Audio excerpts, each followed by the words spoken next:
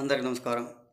రాష్ట్ర ప్రజలకి, శ్రేయోభిలాషులకి, ప్రతి ఒక్కళ్ళకి శ్యామల యాంకర్, వైఎస్ఆర్సీపీ పార్టీ నాయకురాలు, కార్యకర్త.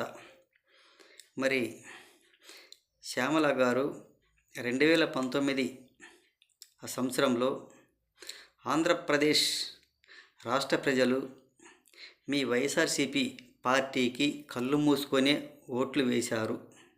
అది గమనించండి.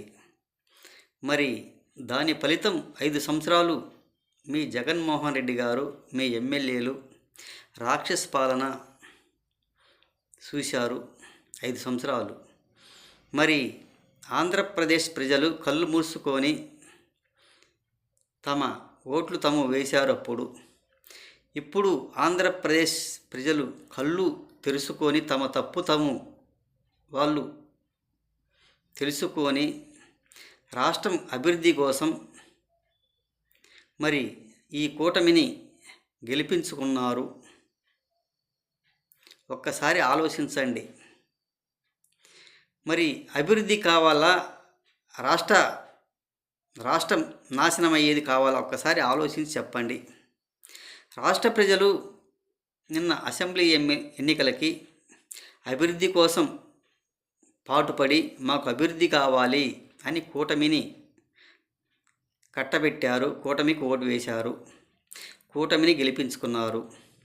మరి ఇప్పుడు కూడా ప్రజలు కూటమి వైపే చూస్తారు, కూటమికే ఓట్లు వేసే ఉంటారు. ఒక్కసారి చెప్పండి. అభివృద్ధిని కోరుకుంటారే కానీ రాష్ట్రాన్ని నాశనం చేసే వాళ్ళని ఎవరు కోరుకోరు. ఒక్కసారి తెలుసుకోండి శ్యామల గారు. ఇటువంటి పనికి మాలిన ప్రెస్ మీట్లు పెట్టుకుంటూ ఉంటే ఎవరు నమ్మటానికి ఆస్కారం లేదు. 5 సంవత్సరాల పరిపాలన చూశారు కాబట్టి ఆ పులివెందుల్లో కూడా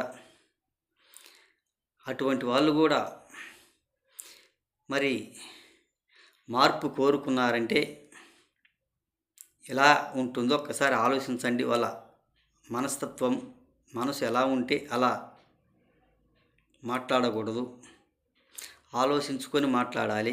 వాళ్ళ కూటమికే ఓటు వేసి ఉంటారు, కూటమినే గెలిపించుకుంటారు అన్న సందేశంతో మాట్లాడుతున్నాము.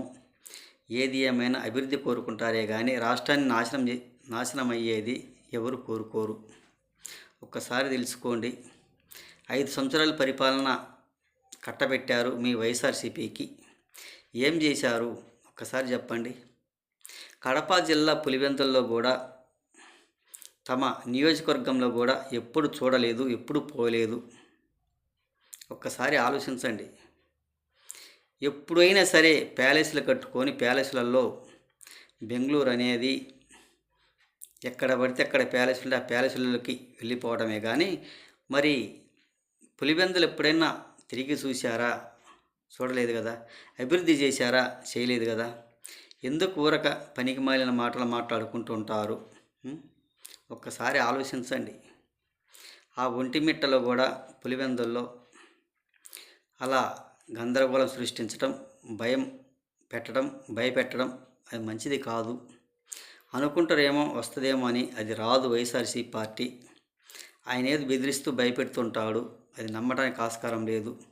ఓట్లు వేయనియ్యి, ఓట్లు చీల్చుకుందాము అని భయపెట్టడమే కానీ అది వైఎస్ఆర్సీపీ పార్టీ మాత్రం రాబోదు. ఒక్కసారి తెలుసుకోండి అని తెలియజేస్తూ, ఏది ఏమైనా కూటమి ప్రభుత్వమే గెలుస్తుంది, కూటమే అధికారంలోకి వస్తుంది, కూటమినే గెలిపిస్తారన్న నమ్మకంతో ఓట్లు వేసి ఉంటారు అని తెలియజేస్తూ హృదయపూర్వక ధన్యవాదాలు.